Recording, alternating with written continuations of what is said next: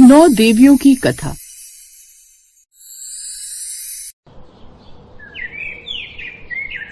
साल में 2 बार आने वाली नवरात्रि में माँ दुर्गा के 9 रूपों की पूजा की जाती है।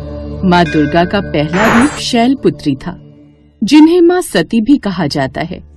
माँ सती ने अपने पिता के खिलाफ जाकर शिव जी से विवाह किया। फिर एक रोज, स्वामी, आपने सब देवी देवताओं, गंधर्व, अपनी पुत्री, अपनी जमता सबको इस यज्ञ में शामिल होने का न्योता दिया है। किंतु स्वामी, आप भूल रहे हैं कि आपने महादेव और सती को यज्ञ में नहीं बुलाया। मैं ऐसे किसी भी साधु को आमंत्रित नहीं करूंगा जिसके माता पिता तक का नाम भी न पता हो। किंतु स्वामी, ये तो आप अपनी पुत्री के साथ अन्याय करेंगे। जैसे ही ये सूचना महासती को मिलती है तो वो महादेव से बोलती है, महादेव, स्वामी, क्या आपको पता है कि पिताजी ने महायज्ञ का आयोजन किया है? सभी देवी देवता गण, विष्णु, ब्रह्मा, मेरी बहनों तक को बुलाया है। चलिए स्वामी, हम भी चलते हैं। इसी बहाने से मैं अपनी बहनों और माता से मिल लूंगी। तुम बोल रही हो कि उन्होंने हमें आमंत्रित नहीं किया है और बिना किसी के निमंत्रण के जाना सही नहीं होता। एक पिता अपनी पुत्री को निमंत्रण पत्र क्यों देगा? ये तो पुत्री का कर्तव्य है कि अगर उसके मायके में कुछ हो रहा है तो वह बिना बुलाए चली जाए। तुम उनकी पुत्री हो, किंतु तुम अब विवाहित हो। तुम्हारा विवाह मेरे साथ हुआ है। वो आकर निमंत्रण दे तो ही सही है। लेकिन वह अपने आप को रोक नहीं पाती। वो महादेव से आज्ञा लेकर अपने पिता के यहाँ जाती है। पिताजी, आपने इतने बड़े यज्ञ का आयोजन किया और अपनी पुत्री को नहीं बुलाया। मैंने जिन जिन लोगों को आमंत्रित करना था उन सबको आमंत्रित कर लिया है, और वैसे तुम बगैर निमंत्रण के यहाँ आई हो। मैंने महादेव से कहा था, किंतु उन्होंने कहा कि बगैर निमंत्रण किसी के यहाँ नहीं जाना चाहिए। तुमसे समझदार तो तुम्हारा वो पति ठहरा। शमशान की राख को शरीर पर लपेट कर रहने वाले का मेरा यज्ञ में कोई स्थान नहीं है। भूत पिशाचों के बीच में रहता है, घर तक नहीं है उसके पास। मुझे तो तुम्हें भी इस हालत में देखकर आश्चर्य होता है। तुम भी उसके साथ साथ रहकर उसी के जैसी हो गई हो। देखो अपनी बहनों को, उनके पतियों को, सबके वस्त्र देखो, आभूषण देखो। आखिर उसे अघोरी ने तुम्हें दिया ही क्या है? महादेव के बारे में अन्यथा कोई भी अपशब्द मत बोलिए। वो सही कह रहे थे। मुझे यहाँ आना ही नहीं चाहिए था।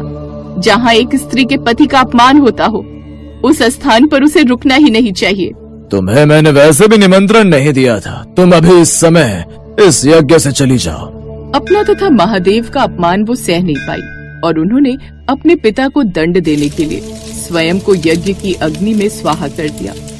उन्हें ऐसा करते देख उनकी बहन और माता चीख उठी, और उधर महादेव को जैसे ही आभास होता है कि शैलपुत्री अग्निकुंड में स्वाहा हो रही है, तो वो क्रोधित होकर महाराज प्रजापति के यहाँ उपस्थित होते हैं। उनके जलते हुए शरीर को देखकर भगवान शिव दुखी होकर उस यज्ञ को ध्वस्त कर देते हैं और सती के जलते हुए शरीर को हाथों में उठाकर चल देते हैं। सती के शरीर के जलते हुए अंग जहाँ पर गिरे वो धरती पावन हो गई। बर्फ से ढके पर्वत पर देवी शैलपुत्री वृषभ पर सवार, एक हाथ में त्रिशूल, दूसरे में कमल। शैलपुत्री धैर्य और स्थिरता की प्रतिमूर्ति है। पर्वत की तरह अडिग रहती हैं। माता के इस रूप की आराधना करने से मनुष्य का चंद्रमा सही रहता है। वहीं दूसरा नवरात्र है माँ दुर्गा के स्वरूप ज्ञान की देवी ब्रह्मचारिणी का। ये मनुष्य को जीवन के कठिन क्षणों में संबल बनने की प्रेरणा देती है। माँ ब्रह्मचारिणी ने भी हिमालय के यहाँ पुत्री के रूप में जन्म लिया, और जब उनके विवाह की बात चली तो एक दिन नारद मुनि वहाँ उपस्थित होते हैं। माते, मैं यहाँ ये अवगत कराने आया हूँ कि आप अपने पिछले जन्म में सती थीं और आप भगवान शिव की अर्धांगिनी थीं। आपके देह करने के बाद भगवान शिव घर तपस्या में लीन हो गए। माते, संसार के कल्याण के लिए तथा महादेव की तपस्या को समाप्त करने के लिए आपका भगवान शिव से विवाह होना अत्यंत आवश्यक है। आपने मुझे इस बात से तो अवगत कर दिया, किंतु महादेव को मैं कैसे पा सकती हूँ? माते, महादेव को पाना इतना भी सरल नहीं है। उसके लिए तो आपको कठोर तपस्या करनी होगी। अब माँ ब्रह्मचारिणी अपने माता पिता की आज्ञा लेती हैं। पुत्री, महादेव की इतनी कठिन भक्ति के लिए मैं तुम्हें आज्ञा कैसे दे सकती हूँ? मैं तुम्हारे लिए उनसे भी अच्छा सुयोग्य वर ढूंढ सकती हूँ। हम तुम्हें इतने कष्ट में नहीं देख सकते। मैं पूर्व जन्म में महादेव की अर्धांगिनी थी और इस जन्म में भी मैं महादेव की ही अर्धांगिनी बनूंगी। इसके लिए मैं सदैव महादेव की कितनी भी कठिन उपासना कर सकती हूँ। मुझे मेरे कर्तव्य से ना रोकें। माता पिता उन्हें आज्ञा दे देते हैं। भगवान महादेव के बारे में सब जानने के बाद ब्रह्मचारिणी उपासना में बैठ जाती हैं और लगातार 1000 वर्षों तक वो महादेव की तपस्या करती हैं, जिस कारण ही उनका नाम ब्रह्मचारिणी पड़ा। उन्होंने वर्षों तक केवल टूटे हुए बेलवा पत्ते खाकर भगवान शिव की आराधना की। फिर वर्षों बाद वो पत्ते भी खाने छोड़ दिए, जिससे उनका शरीर एकदम क्षीण हो गया। ये देखकर सब देवता चिंतित हो गए। तब भगवान ब्रह्मा सभी देवताओं के साथ माँ के पास आते हैं। हे माँ, आप हजारों वर्षों से महादेव की उपासना कर रही हैं। इतना कठिन तप और तपस्या आज तक कभी भी किसी ने महादेव के लिए नहीं की। किंतु माते, आप बहुत ही निर्बल हो गईं। रूप में आपसे ही विवाह करेंगे, किंतु अभी आप अपने घर जाकर विश्राम कीजिए। नहीं, जब तक महादेव स्वयं आकर मुझे दर्शन नहीं देते मैं कहीं नहीं जाऊंगी। फिर वो वर्षों तक भगवान शिव की इसी तरह उपासना करती रही और एक दिन भगवान शिव उन पर प्रसन्न हो गए और उनसे विवाह कर लिया। ब्रह्मचारिणी का अर्थ है जो ब्रह्मा के द्वारा बताए गए आचरण पर चले। अनुशासन सबसे ज्यादा जरूरी है। ब्रह्मचारिणी की पूजा पराशक्तियों को पाने के लिए की जाती है। इनकी पूजा से कई सिद्धियां मिलती हैं। इनके नवरात्र के दिन लाल रंग के कपड़े पहने। नवरात्रि का तीसरा दिन माँ चंद्रघंटा के व्रत का होता है। माँ चंद्रघंटा का चेहरा स्वर्ण के समान कांतिमय होता है। इनके मुखमंडल पर सूर्य जैसी आभा होती है और सर पर आधा चंद्रमा सुशोभित होता है। वो ऐसा लगता है जैसे कि मंदिर का घंटा हो, इसलिए उनका नाम चंद्रकांता पड़ा। चंद्रघंटा की भक्ति कर रहे भक्तजनों के सभी पाप नष्ट हो जाते हैं तथा वह मुक्त हो जाते हैं।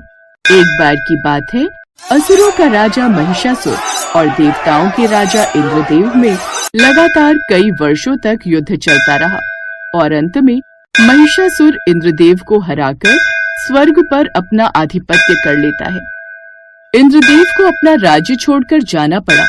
वो और उनके सब देवता गंधर्व भगवान विष्णु, भगवान शिव और ब्रह्मदेव के पास जाकर प्रार्थना करते हैं।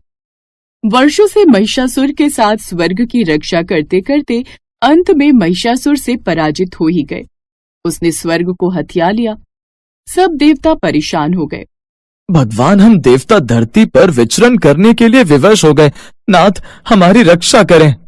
उसे ब्रह्मा जी का वरदान प्राप्त है कि उसको कोई देवता, गंधर्व या भगवान नहीं मार सकता। इसीलिए उसकी अराजकता दिन पर दिन बढ़ती जा रही है। उसका विनाश केवल एक महिला के हाथों ही हो सकता है, जिसमें संपूर्ण शक्तियां हो। तभी तीनों देवता अपने अंदर से एक ऊर्जा उत्पन्न करते हैं और समस्त देवतागण भी अपनी शक्तियां उस ऊर्जा में समाहित कर देते हैं, जिससे शक्ति का रूप लिए माँ चंद्रघंटा प्रकट होती हैं। भगवान विष्णु उन्हें अपना चक्र प्रदान करते हैं। भगवान शिव अपना त्रिशूल देते हैं और इंद्र उन्हें ऐरावत प्रदान करते हैं तथा ऐरावत के गले में बंधी हुई घंटी उनके माथे पर लगा देते हैं, जिससे उनका नाम चंद्रघंटा पड़ा। माँ चंद्रघंटा भगवान महादेव को प्रणाम करती हैं। आपसे निवेदन है कि महिषासुर का संहार कर दीजिए। मैं शीघ्र अतिशीघ्र इस कार्य को पूर्ण कर आपको महिषासुर के संहार की शुभ सूचना देती हूँ। अब मुझे आज्ञा दीजिए प्रभु। अब वो वहाँ से चल पड़ती है। मेरा नाम महिषासुर है और मुझे कोई भी पराजित नहीं कर सकता। देवताओं में जब युद्ध करने की क्षमता खत्म हो गई है तो उन्होंने ये देवी उत्पन्न कर दी। उन्हें क्या लगा कि वो ऐसे कोई भी चमत्कारी चीज मेरे पास भेजेंगे और वो मेरा वध कर देगी। सब अस्त्रों से परिपूर्ण हैं। उनके मुखमंडल पर एक अलग ही आभा है और उनकी आंखों में क्रोध के मारे ज्वाला उत्पन्न हो रही है। माता चंद्रघंटा उसके भेजे गए सभी असुरों का संहार कर देती है।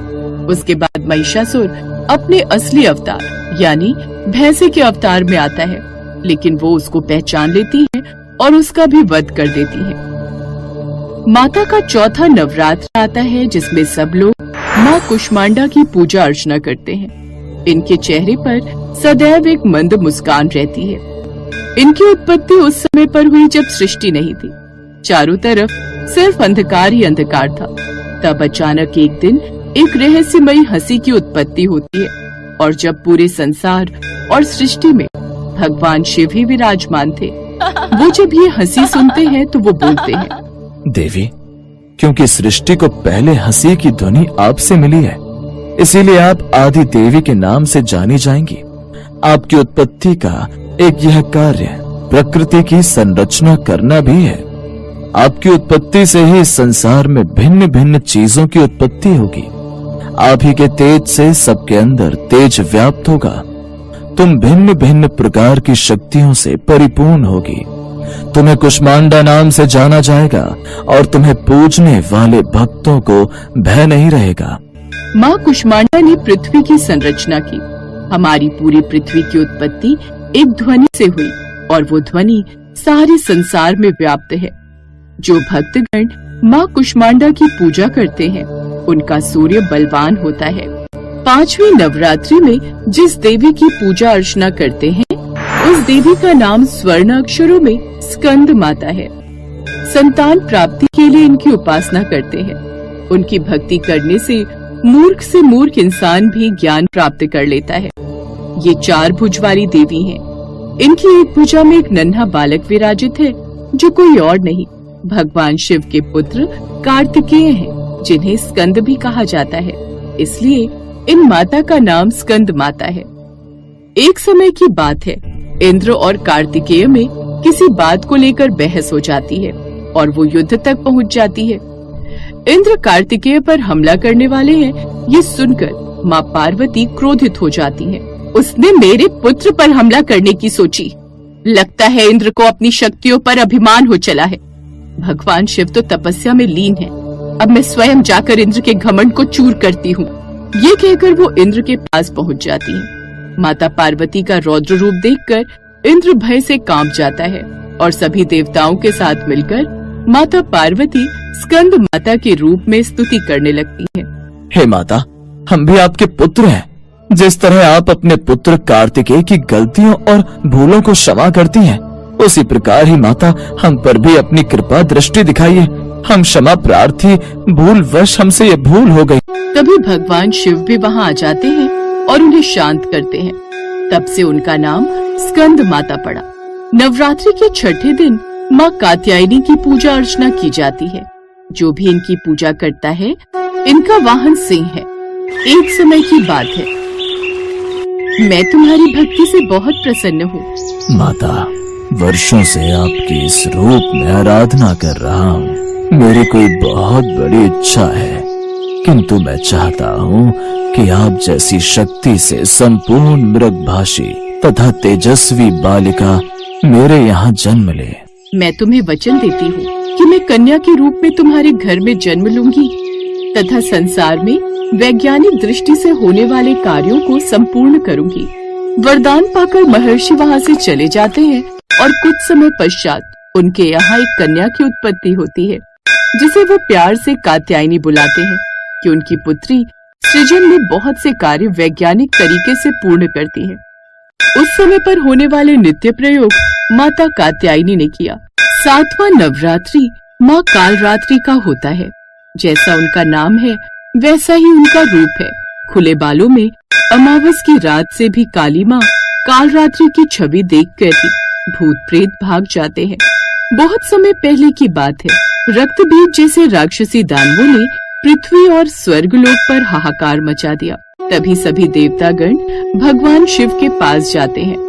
महादेव, शुंभ और निशुंभ दोनों राक्षसों ने तीनों लोकों पर आक्रमण कर सबके जीवन का नाश कर दिया है तथा वर्षों से चले आ रहे इस युद्ध में सभी देवता बुरी तरह थक गए हैं। महादेव, हम सब पर कृपा करें तथा उन दोनों राक्षसों का नाश करें। वो दोनों इसीलिए इतने अधिक प्रबल हैं क्योंकि उनके साथ रक्त बीज खड़ा है। पार्वती, तुम जगत जननी हो। अब तुम्हें इस पृथ्वी और तीनों लोकों की रक्षा कर सकती हो। प्रभु, मेरे अंदर अभी क्रोध की अग्नि धधक रही है। दुर्गा अपने सिंह की सवारी करके उन दोनों का वध कर देती हैं। ये देख रक्त बीज क्रोध से पागल हो जाता है और माँ से लड़ने लग जाता है।